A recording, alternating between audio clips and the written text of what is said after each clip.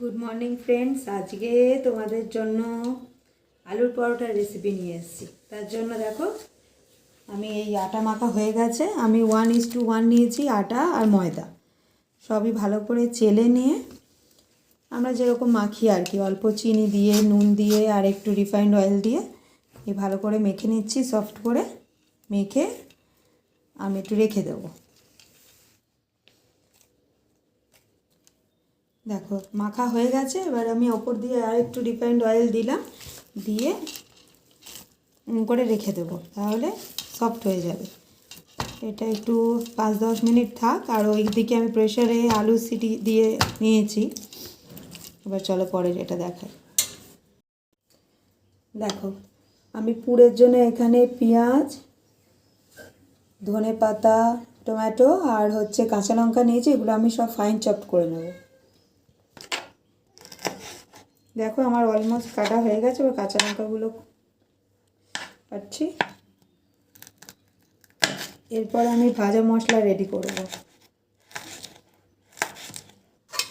দেখো আমার আলু সিদ্ধ হয়ে গেছে। এবার এগুলো আমি প্রেসার কুকার থেকে বার করে নিচ্ছি।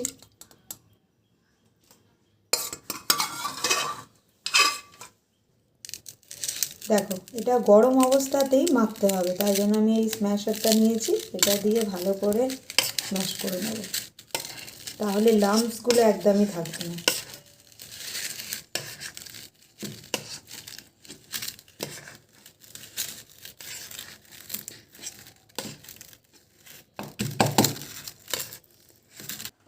দেখো স্ম্যাশ করা আমার হয়ে গেছে। এবার আমি এই যে পেঁয়াজ, টমেটো এগুলো সব কুচিয়ে রেখেছিলাম, ওগুলো ওর মধ্যে অ্যাড করে নিলাম। এবার এইটা দিয়ে আবার স্ম্যাশার দিয়ে স্ম্যাশ করব।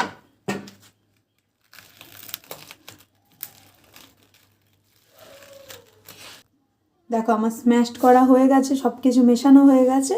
এবার আমি ভাজা মশলাটা করে নেব। মানে এখানে অ্যাকচুয়ালি তোমাকে গোটা শুকনো লঙ্কা আর গোটা জিরে দিতে হবে। তা আমি বাড়ি ছিলাম না, ও বাড়ি ছিলাম। তো আমার হাজব্যান্ড সব গুঁড়িয়ে নিয়েছে, মশলা করে নিয়েছে, তা বাড়িতেই করা, ওই জন্য আমি এই ক্রাশড এটাই দিচ্ছি। দেখো এখানে একটু এই যে লঙ্কা আমার বাড়িতেই করা হয়, এটা গুঁড়ো, এটা দিলাম। আর জিরে,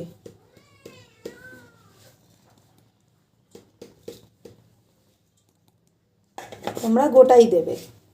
এটাকে আমি হালকা ফ্রাই করব, হালকা গরম হবে, তারপরে আমি এটা গুঁড়িয়ে নেবো শিলে।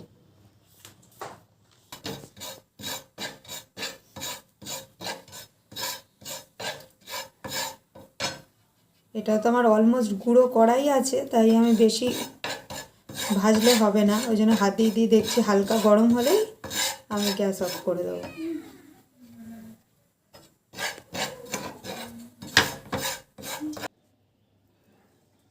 দেখো এগুলো আর গুঁড়ো করার দরকার নেই, একটু হাফ ক্রাশড হলে তবে তার টেস্টটা ভালো হয়। আমি ওই এর মধ্যে ডাইরেক্ট আলুটার মধ্যে দিয়ে দিলাম মশলাটা।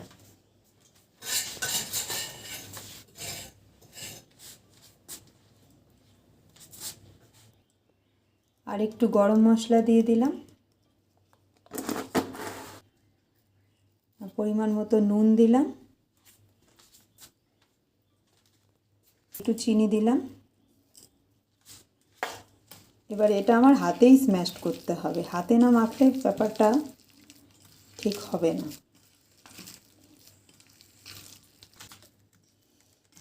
এবার আমার মাখা হয়ে গেছে। এবার যা সেন্ট বেরোচ্ছে সেটা তোমাদের সঙ্গে শেয়ার করতে পারবো না, এটা তোমাদের নিজেদের এই রেসিপিটা ফলো করে করতে হবে, করে আমাকে বলতে হবে। এটা রেখে দেবো। এবার আমি ময়দাটা রেডি করি।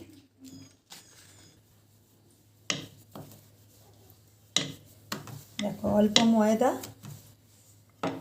নিয়ে আমি এটা একটু বেলে নিলাম, এর মাঝে এবার পুরটা দেবো।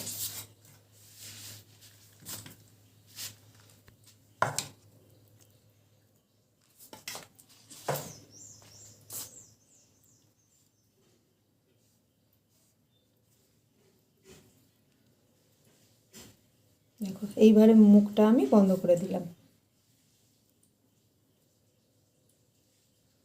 এইভাবে আমি সমস্ত পুর ভরে নেব।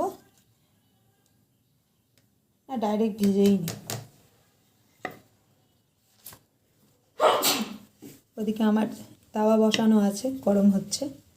এটা খুব লাইটলি আমাকে বেলতে হবে, তাও ফেটে যাওয়ার চান্স আছে, পুর দেওয়া তো।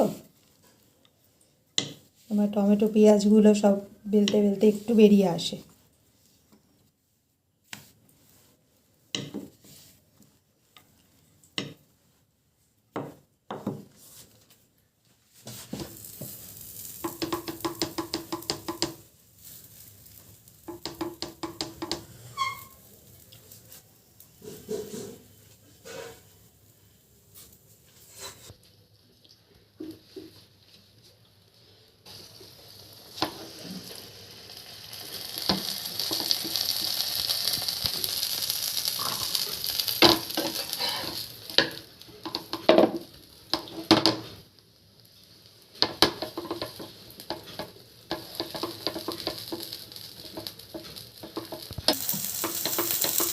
দেখো আমার আলুর পরোটা রেডি।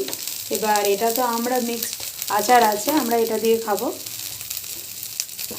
আমাদের আলুর পরোটা দিয়ে তরকারি আমাদের ভালো লাগে না।